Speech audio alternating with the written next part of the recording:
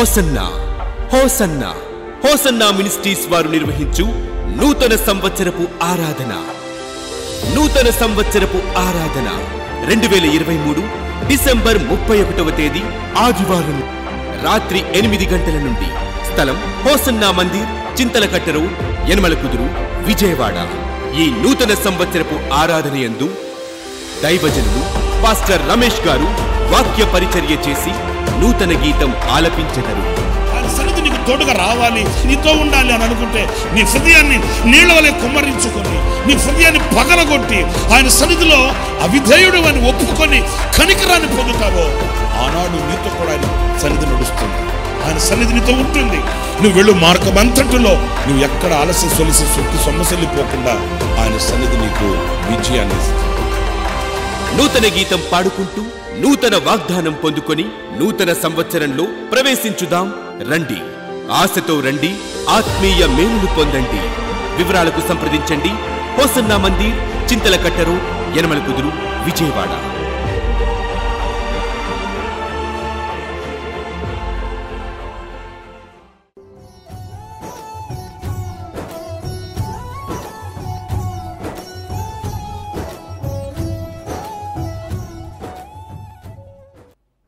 Praise the Lord. ప్రభు అయిన యేసుక్రీస్తు నామంలో మీ అందరికీ హోసన్నా మినిస్ట్రీస్ తరపున హృదయపూర్వకమైన వందనాలు తెలియపరుస్తున్నాను.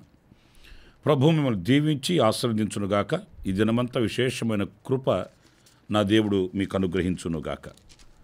ప్రియులారా, పరిశుద్ధ గ్రంథంలో ఈ పూట చక్కటి మాట మనం నేర్చుకుందాము.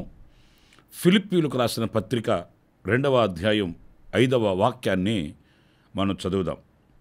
క్రీస్తు యేసునకు కలిగిన ఈ మనస్సు మీరును కలిగి యుండుడి.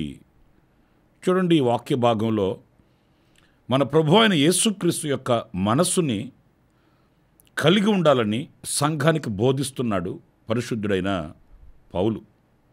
ఎందుకంటే ఇది లోకస్తులకి కాదు, కానీ రక్షింపబడి లోకంలో నుంచి ప్రత్యేకించబడిన వారము అంటూ ఆయన ఆగమనమునకు సిద్ధపడుతున్న వారికి మరి పరిశుద్ధుడైన పౌలు ఇచ్చిన ఒక సందేశం.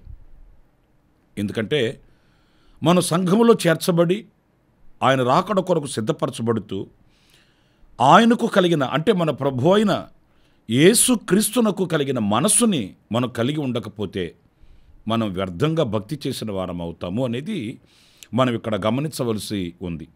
ప్రియమైన వారులారా, క్రీస్తు యేసునకు కలిగిన ఆ మనస్సు అన్నప్పుడు ఆయన దైవ కుమారుడిగా ఈ లోకానికి దిగివచ్చాడు. తండ్రితో కూడా ఉండుట విడిచిపెట్టకూడని భాగ్యము అని ఎంచుకొనక ఆయన ఈ లోకానికి మానవుని యొక్క శరీరమును ధరించి ఈ లోకానికి వచ్చాడు. అంటే మనవలే శరీరమును ధరించుకుని వచ్చాడు అన్నప్పుడు ఆయనకు మనవలే మన శరీరంలో ఎలాంటి ఉద్రేకాలు, ఉద్దేశాలు, కోరికలు, మరి ఆశలు, అలసట ఇలాంటివి మన శరీరానికి ఎలా కలుగుతాయో అలాగే ఆయన శరీరానికి కూడా అవన్నీ మరి ఎదురవుతూ వచ్చాయి. ఆయనకి కోపం వచ్చింది, ఆయనకు ఆకలి అనిపించింది, ఆయన కూడా అలసట పొందాడు. ఇలాగే మనం ఎలాగైతే ఈ శరీరం మందు జీవించుచున్నామో అలాగే ఆయన కూడా జీవిస్తూ వచ్చాడు. అయితే ఒకటి, మన మనస్సు వేరు, ఆయన మనస్సు వేరు అన్నప్పుడు ఆయన మనస్సు ఎలాంటిది అని గ్రహించి ఆ మనస్సుని మనం కలిగి ఉండడానికి మనం సిద్ధపడాలి, నేర్చుకోవలసి ఉంది అనేది మనం ఎప్పుడు కూడా మర్చిపోకూడదండి.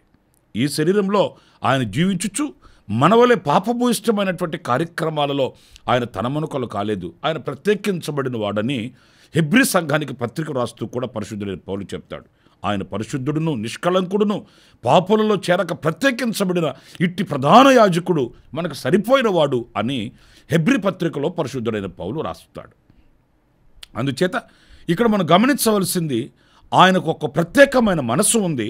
అలాంటి మనస్సుని మనం కూడా కలిగి ఉండాలని ఇదిగో ఇక్కడ మనం నేర్చుకోవలసి ఉంది.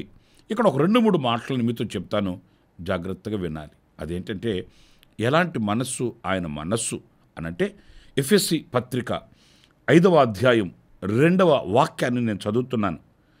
క్రీస్తు మిమ్మును ప్రేమించి పరిమళ వాసనగా ఉండుటకు మన కొరకు తన్ను తాను దేవునికి అర్పణగాను బలిగాను అర్పించుకొనెను. ప్రియులారా, చూడండి వాక్య భాగంలో ఆయన తనను తాను బలిగా అర్పణగా తండ్రికి అర్పించుకున్నాడట. యేసుక్రీస్తుని ఎవరూ చంపడానికి అధికారం లేదండి. యేసుక్రీస్తు శక్తి లేనివాడై నిరాధారమైన పరిస్థితులలో ఆయన ఒంటరిగా దిక్కులేని చావు చచ్చినవాడు కానే కాదండి. ఆయనకై ఆయన అప్పగించుకున్నాడు. పిలాతు అంటూనే ఉన్నాడు, ఒక్క మాట మాట్లాడవయ్యా, నిన్ను తప్పించుటకు శిక్షించుటకు నాకు అధికారం ఉంది అన్నప్పుడు యేసుక్రీస్తు ఆ అవకాశాన్ని ఉపయోగించుకొని జరిగిన విషయాలు పిలాతుకు వివరించుకోవడానికి ఇష్టపడలేదండి. ఎందుకంటే ప్రాణం పెట్టడానికి లోకానికి వచ్చాడు ఆయన. తనను తాను అప్పగించుకున్నాడు. గెత్సేమనీలో కూడా సైనికులు దివిటీలతోనూ దీపాలతోనూ ఆయుధాలతో వచ్చినప్పుడు ఆయనగా అప్పగించుకున్నాడు. ఎప్పుడు ఆయన పారిపోయిన వాడు కాదు. తనను తాను అప్పగించుకున్న ఆ త్యాగశీలి మన ప్రభు అయిన యేసుక్రీస్తు. ఇదిగో ఇక్కడ పరిశుద్ధుడైన పౌలు చెప్తాడు, తనను తాను అర్పణగా బలిగా ఆయన అప్పగించుకున్నాడట. దేని కొరకు అనంటే మనము పరిమళ వాసనగా ఉండుటకు. మనము పరిమళ వాసనగా ఉండడానికి ఆయన అప్పగించుకోవడం ఏంటి అని అంటారా? ఈ వాక్యం ప్రప్రథమముగా మనం చదువుతాము. క్రీస్తు మిమ్ముని ప్రేమించి, ఆయన మనసే ప్రేమించే మనసు అండి, ప్రేమగల మనసు అండి. ఆ ప్రేమకు అవధులు లేవు. ఆ ప్రేమ యొక్క ఎత్తు, వెడల్పు, పొడవు, లోతుని మనం కొలవలేమండి. అంత విశాలమైన ప్రేమ, గాఢమైన ప్రేమ, శాశ్వతమైన ప్రేమ మన ప్రభు అయిన యేసుక్రీస్తు యొక్క ప్రేమ. ఆ మనసు మనం కలిగి ఉండడానికి మనం సిద్ధపడాలి. మనం ఆప్తులైన వారిని, స్నేహితులైన వారిని, మన రక్తబంధమైన వారిని, మన కుటుంబీకుల్ని మనం ప్రేమించవచ్చు. కానీ దేవుని వాక్యంలో మనం చదువుతాము, దేవుడు లోకాన్ని ఎంతో ప్రేమించాడట. అంటే లోకంలో ఉన్న వారిని, లోకంలో ఉన్నవారు ఎలా ఉన్నారంటారా? వాళ్ళేమి అందచందాలతో ఊరేగుతూ, ఆస్తిపాస్తులతో తులతూగుతూ, గొప్ప గనులై బలము కలిగిన ప్రజలై ఏమీ లేరండి. పాపపు ఊబిలో కూరక్కని పోయి కదలలేక, మెదలలేక, ఆయన వైపు తలెత్తి చూడలేక, పాపపు చేతిలో బానిసలుగా మార్చబడిన ఒక బానిసపు బ్రతుకు మానవునిది. అలాంటి వారిని ఆయన ప్రేమించడం అనేది ఆ ప్రేమ యొక్క మాధుర్యాన్ని తెలియపరుస్తుందండి. చూడండి, పరిశుద్ధ గ్రంథంలో మనం ఒక మాట చదువుతాము. ఒకడు యెరూషలేములో నుండి యెరికోకు దిగి వెళుతున్నప్పుడు దొంగల చేత కొట్టబడ్డాడట. త్రోవ ప్రక్కన పడేసేసి వెళ్ళిపోయారండి దొంగలు. ఆ మురికిలో పడి ఆ రక్తపు మడుగులలో కొట్టుబిట్లాడుతున్న అతనిని చూచి ఎవరు పట్టించుకోలేదు. గొప్ప గొప్ప వాళ్ళు వెళ్ళారు ఆ త్రోవలో. సమాజ సేవ చేస్తానన్న వాళ్ళు ఎందరో దాటక వెళ్ళారు. సమాజం కొరకు మేము అది చేస్తాం, ఇది చేస్తాం, మా ప్రాణమే ఇచ్చేస్తాం అన్నవాళ్ళు ఎందరో మరి తటస్థించారు. కానీ ఎవరు కూడా అతని దగ్గరికి వచ్చిన వాళ్ళు లేరండి. మంచి సమరయుడు అనే యేసుక్రీస్తుకు సాదృశ్యంగా కనబడుతున్న ఆ మంచి సమరయుడు అతని యొద్దకు వెళ్ళి, అతని పడి ఉన్న స్థితిలో అతనిని దర్శించి, అతనిని పరామర్శించి, అతని గాయాలు కట్టి, అతనిని తన గాడిద మీద ఎక్కించుకొని పూటకూటి వాని ఇంటికి తీసుకుని వెళ్ళినట్లు మనం పరిశుద్ధ గ్రంథంలో లోకస్వార్త 10వ అధ్యాయం 33వ వాక్యంలో మనం చదువుతామండి. మరి ఆయన ప్రేమ చూడండి. నశించిన దానిని వెతకి రక్షించడానికి దిగి వచ్చిన ఆ దేవుణ్ణి, ఆ ప్రేమ ప్రియులారా, అలాంటి ప్రేమ, అలాంటి మనస్సు మనం కలిగి ఉండాలి. అలా అలవర్చుకొనవలసి ఉందనేది ఈ వాక్యం మనకు నేర్పుతున్న పాఠం. మరొక మాట నేను మీకు జ్ఞాపకం చేస్తాను. అది హెబ్రీ పత్రిక 5వ అధ్యాయం 7వ వాక్యాన్ని నేను చదువుతున్నానండి. శరీరధారి అయ్యున్న దినములలో మహారోదనముతోనూ కన్నీళ్లతోనూ తన్ను మరణము నుండి రక్షింపగలవానికి ప్రార్థనలను, యాచనలను సమర్పించి భయభక్తులు కలిగి ఉన్నందున ఆయన అంగీకరింపబడిను. ప్రియులారా చూడండి, ఈ వాక్య భాగంలో మన ప్రభు అయిన యేసుక్రీస్తు ఆయన శరీరధారి అయి ఉన్న దినములలో మహారోదనతోనూ కన్నీళ్లతోనూ తన్ను మరణము నుండి రక్షింపగల వానికి ప్రార్థనలు యాచనలు చేశాడంటండి. అంటే ఇక్కడ మన ప్రభు అయిన యేసుక్రీస్తు మనసుని చూడండి. ఈ యేసయ్య చెప్పాడు, నాకు సర్వాధికారం ఇవ్వబడి ఉంది, నేను నా తండ్రి యొద్ద నుంచి పంపబడ్డాను అని పలుమార్లు ఆయన మాట్లాడుతూ వచ్చాడు. కానీ ఈ సర్వాధికారి అయిన మన ప్రభు అయిన యేసుక్రీస్తు ప్రార్థన చేయడం ఏంటి అంటే, ఆయన మనస్సు తండ్రికి తెలియకుండా నేనేమి చేయకూడదు, నేను తండ్రితో ముచ్చటించుకోవాలి, ఆ తండ్రితో నేను మాట్లాడుకోవాలి, ఆ తండ్రితో నాకు ఒక సహవాస సంబంధం కలిగి ఉండాలనే మంచి మనసు అండి, ప్రార్థించే మనసు. ఈరోజు మనకు కరువైనది కొదువైనది కూడా ఏదో కాదండి, ఇదే తండ్రితో మాట్లాడుకునే ఆ మనస్సు లేకపోవడం. ఎందుకో మరి మీరు బాధపడతారేమో నాకు తెలియదు, కానీ మనకున్నటువంటి దుర్లభమైన పరిస్థితి ఏంటంటే, మన ఇరుగు పొరుగు వాళ్ళకి, మనకు ఆప్తులైన వాళ్ళకి అన్ని విషయాలు ఏది కూడా దాచకుండా చెప్తామండి. గంటల తరబడి వాళ్ళకి విన్నపించుకుంటామండి.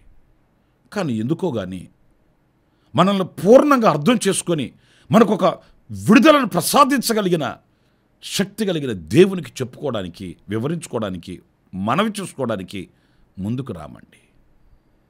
నా ప్రియమైన దేవుని బిడ్డలారా, అది ఆచార సంబంధమైనది కాదు, కానీ ఏదో ప్రార్థన చేయాలని ఏదో కళ్ళు మూసుకొని మాటలు మాట్లాడి ఆమెను చెప్పుకొని వెళ్ళడం కాదు, కానీ ఆ మనసే ప్రత్యేకించబడిన మనసు అండి.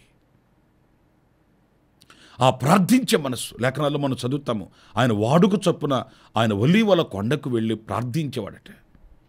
పలుమార్లు ఆయన దేవునితో మాట్లాడుకున్నట్లు, పలు సందర్భాలలో ప్రభుతో ముచ్చటించుకున్నట్లు, తండ్రితో ముచ్చటించుకున్నట్లు లేఖనాల్లో మనం చదువుతుంటాం.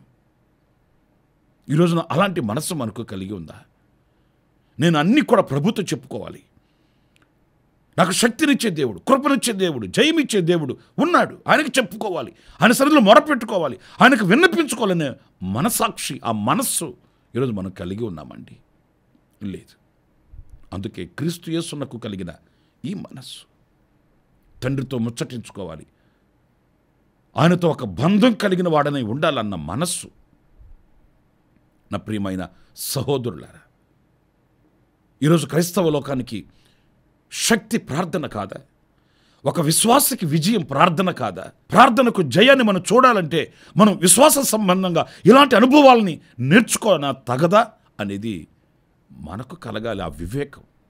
కనుక ఒకవేళ ఇంతవరకు ఎలాంటి పరిస్థితులలో ఒకవేళ ప్రార్థనకు దూరమై ఉన్నప్పటికీ, కొందరు చెప్తారు, నేను గతంలో చాలా ప్రార్థనా పరుడుగా ఉండేవాడినండి, ఓ మోకాళ్ళు ఇస్తే 3-4 గంటలు ప్రార్థన చేసేవాడినండి. రాను రాను రాను రాను ఏమైంది అని అంటే, ఆ ప్రార్థన ఆత్మను పోగొట్టుకుని అనుభవాల్లో, ఆ ప్రార్థన ఆసక్తిని పోగొట్టుకుని అనుభవాల్లో మనం కనిపిస్తున్నామండి. మీకు ఒక్క మాట చెప్తాను, దేవుని వాక్యంలో వ్రాయబడి ఉంది, ఏలియా మన వంటి స్వభావం కలిగిన వాడే అయినప్పటికీ కూడా ఆయన పట్టుదలతో ప్రార్థన చేశాడట. తద్వారా ఎలాంటి కార్యాలు చూడగలిగాడు? వినూత్నమైన ఆశ్చర్యమైన కార్యాలు చూడగలిగాడండి. వర్షాన్ని ఆపగలిగాడు, వర్షాన్ని వర్షింపగలిగాడు, అగ్నిని దింపగలిగాడు, శత్రువులను మట్టుమాయం చేయగలిగాడు. అంటే ఆ ప్రార్థించే మనస్సు కలిగిన వాని జీవితంలో అద్భుతాలు జరుగుతాయండి, ఆశ్చర్యమైన కార్యాలు జరుగుతాయండి. గనుక ఈ రోజున అలాంటి మనస్సుని మనం కలిగి ఉండాలని దేవుని వాక్యం మనల్ని హెచ్చరిస్తుంది. మరొక మాట కూడా నేను మీకు జ్ఞాపకం చేస్తాను. అది ఫిలిప్పీ పత్రిక 2వ అధ్యాయం 7వ వాక్యంలో మనం గమనించినప్పుడు, మనుషుల పోలికగా పుట్టి దాసుని స్వరూపమును ధరించుకొని తన్ను తానే రిక్తునిగా చేసుకొనెను. చూడండి, ఈ వాక్య భాగంలో మనం గమనించినప్పుడు ఆయన దాసుని స్వరూపమును ధరించుకొని, అంటే ఏదో ఈ వస్త్రాన్ని ధరించుకున్నట్లుగా ఒక వస్త్రాన్ని ధరించుకోవడం కాదు, రిక్తునిగా చిరిగిపోయిన వస్త్రం వేసుకొని మాసిన బట్ట వేసుకొని తిరగాలని కాదు. రిక్తునిగా ఉండమన్నాడు అనండి, అట్లని చెప్పి తల వెంట్రుకలు కట్ చేయించుకోకుండా, స్నానపానాలు చేయకుండా ఏదో రిక్తునిగా మట్టి చారలు పెట్టుకొని బ్రతకమని కాదు. దాసుని స్వరూపము ధరించి అని అంటే అర్థం ఏంటంటే ఆ దాసునికి ఉండవలసిన మనస్సుని కలిగి ఉండడం.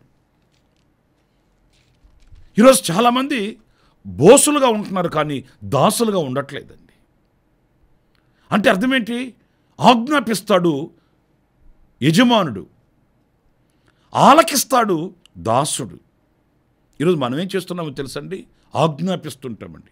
ప్రభువా, ఇదిగో నీ సన్నిధిలోని ప్రార్థన చేస్తున్నాను, ఈ సంవత్సరం నాకు ఎలాగైనా సరే, ఏ విధము చేతనైనా సరే ఉద్యోగం రావాలి ప్రభువా, మా ఇంట్లో ఒక అద్భుతం జరగాలి ప్రభువా, అమ్మాయికి వివాహం కావాలి ప్రభువా అని ఆజ్ఞాపిస్తుంటామండి. ఏ విధము చేతనైనా. మీరు చాలామంది ఈ మాట వాడుతుంటే మీరు వింటుంటారండి. ఏ విధము చేతన అంటే అర్థం ఏంటి? ఒకవేళ నీ చిత్తం వేరుగా ఉన్నప్పటికీ, నీ సంకల్పం వేరుగా ఉన్నప్పటికీ, నీ ఉద్దేశం వేరుగా ఉన్నప్పటికీ అవి ప్రక్కన పెట్టి నేను చెప్పేది నెరవేరాలి ఏ విధము చేతనైనా. నా ప్రియమైన సహోదరులారా, యజమానుడు కదా ఆజ్ఞాపించేది. దాసుడు ఏం చేస్తాడో తెలుసండి? ఆలకిస్తాడు, ఆజ్ఞాపించడు, ఆలకిస్తాడు. అంటే అర్థం ఏంటి? మీరు చెప్పింది నేను చేస్తాను, మీ మనసులో ఉన్నది నాకు బోధించండి, నేను మీ చిత్తాన్ని నెరవేరుస్తాను అని వినయ విధేయతలతో కాచుకొని ఉంటాడు దాసుడు. నేను ఒక్క మాట మిమ్మల్ని అడుగుతున్నాను, మీరు బోసులా దాసులా? మీరు ఆలకిస్తున్నారా ఆజ్ఞాపిస్తున్నారా? క్రీస్తు యేసు యొక్క మనస్సు ఎలాంటిది అనంటే దాసుని మనస్సు, ఆలకించే మనస్సు. తండ్రి ఏం చెప్తే దానిని చేయడానికి సిద్ధంగా ఉన్న మనస్సు. మరి మన ప్రభువు అయిన యేసుక్రీస్తు మనకు చెప్పిన వాటిల్ని మనం చేయడానికి మనం సిద్ధంగా ఉన్నామా? లేకపోతే నీ ఆలోచనలు కాదు ప్రభువా, నా ఆలోచనలు నెరవేర్చు నాయనా అని మన చిత్తాన్ని, మన ఆలోచనల్ని, మన కోరికల్ని నెరవేర్చుకునే వారముగా ఉన్నామా? నా ప్రియమైన సహోదరులారా, మన కుటుంబాలలో ఈరోజున ఒక దైవ కార్యం జరగాలంటే మనము ఆయనకి కార్యాన్ని, కుటుంబాన్ని అప్పగించుకుంటే ఆయన చేసే కార్యాలు మనం చూడగలుగుతామండి. అలా కాకుండా మనము ఆ కార్యాన్ని చేయడానికి ముందుకు వెళితే ఆయన వెనుకకు వెళతాడు, ఆయన వెనుక నిలుస్తాడు. ఆయనను ముందుగా ఉంచుకుంటే, మనం ఆయన వెనుక నిలిస్తే ఆయన చేసే కార్యాలని మనం చూడగలుగుతాం. చాలామంది ఏం చేస్తారంటే ప్రభు కంటే ముందుగా వాళ్ళు నిలబడతారు, అందుకే ప్రభు వెనుకుంటాడు. వాళ్ళు చేసిన కార్యాలలో వాళ్ళకి సంతోషం లేక అల్లాడిపోతుంటారు. నా ప్రియులారా, మన ప్రభువును మనం ముందుగా పెడదాం, ఆయనకు కలిగిన మనసుని ధరించుకుందాం, ఆయన చేసే గొప్ప కార్యాలు చూద్దాం, ప్రభు కొరకై సాక్షిగా నిలబడతాం. దేవుడు అలాంటి కృప మీ అందరికీ అనుగ్రహించాలని మనసారా కోరుకుంటున్నాను. ప్రభు మిమ్మల్ని దీవించుగాక. తలలు వంచండి, ప్రార్థన చేసుకుందాం. జీవాధిపతి అయిన ప్రభువా, మీకు వందనాలనైనా. మీ మనస్సుని మేము కలిగి ఉండాలని, అలాంటి మనస్సు కొరకు మేము ఆశించాలని మీ లేఖనాల ద్వారా మేము నేర్చుకున్నాం. అవును ప్రభువా, మీ మనస్సు ప్రత్యేకించబడింది. మీ మనస్సు ప్రేమించే మనస్సు, మీ మనస్సు ప్రార్థించే మనస్సు, మీ మనస్సు దాసుని మనస్సు. అలాంటి మనస్సుని మేము కూడా నా తండ్రి అవలంబించుకుని వారమై, నేర్చుకుని వారమై మీ కార్యములను మేము చూచేటట్లు కృపను అనుగ్రహించమని, మా చిత్తము, మా సంకల్పము, మా ఆలోచనలు, మా ఉద్రేకాలు, మా ఉద్దేశాలు కాదు, కానీ మీ చిత్తమే మాలో నెరవేర్చబడుటకు నా తండ్రి ఇదిగో మేము తీర్మానం చేసుకుంటున్నాము. మా చేతిని పట్టుకుని మీరు నడిపించమని యేసు ప్రశస్త నామములో ప్రార్థన చేసి వేడుకొనుచున్నాను తండ్రి. Amen, amen. ప్రభు మిమ్మల్ని దీవించి ఆశీర్వదించుడుగాక. ఈ దినమంతా విశేషమైన కృప నా దేవుడు మీకు సమృద్ధిగా అనుగ్రహించుగాక. ప్రియులారా, ఈ సందేశాలని మీరు మాత్రమే కాకుండా మీరు అనేకులకు మరి పరిచయం చేయండి, షేర్ చేయండి. ప్రాముఖ్యంగా మీరు కూడా ప్రతిరోజు వస్తున్న ఈ సందేశాలని ప్రతిరోజు చూస్తూ ఆధ్యాత్మికమైన మీరు బలాన్ని పొందుకోవాలనుకుంటే తప్పనిసరిగా ఈ ఛానల్ని సబ్స్క్రైబ్ చేసుకోనండి. ప్రతిరోజు ఈ సందేశాల ద్వారా ఆధ్యాత్మికమైన మేలులు పొందుకోండి. ప్రభు మిమ్మల్ని దీవించుగాక. ఆమేన్. ప్రతి దినము ఈ అనుదిన కృపాను సందేశాల కొరకు, ఇంకా మరిన్ని ఆత్మ సంబంధమైన సందేశాల కొరకు ఈ మా యూట్యూబ్ ఛానల్ ని సబ్స్క్రైబ్ చేసుకోండి. Pastor Ramesh hosanna ministries.